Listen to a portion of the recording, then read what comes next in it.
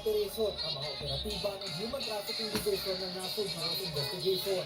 Anin sa grupo ay minor de edad na ibinibenta umano ng mga bugaw sa halagang 4,500 pesos sa mga nagpanggap na parokyano.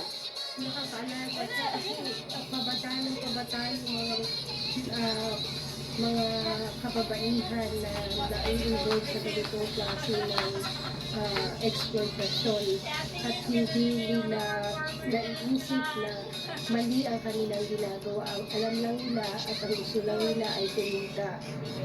19 at 18 anyos lang ang dalawang suspect na umano'y Atro, nagbugaw sa teatro. mga biktima. Pareho silang senior high school at pag-graduate na sa susunod na buwan.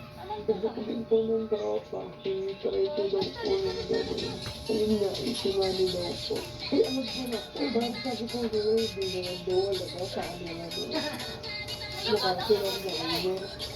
Ang isa namang suspect, dati nang nasa gitna ng krimen, pero isa na rin ang bugaw ngayon at siya trato ng mga biktima online. Nakakakot ko pong makasilang hindi ko naman po talaga.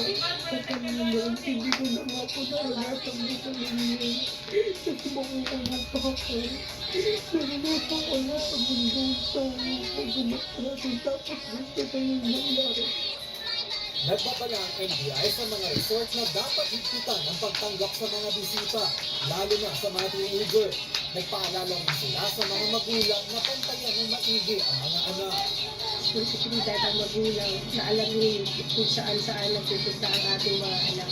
At siguro, i-check din natin kung sino yung mga kaibigan nila o yung mga tao sila sa mga nila. Tubang papa. Suspect sa kasong human trafficking at online sexual abuse. Nico Bawa, ABS, News.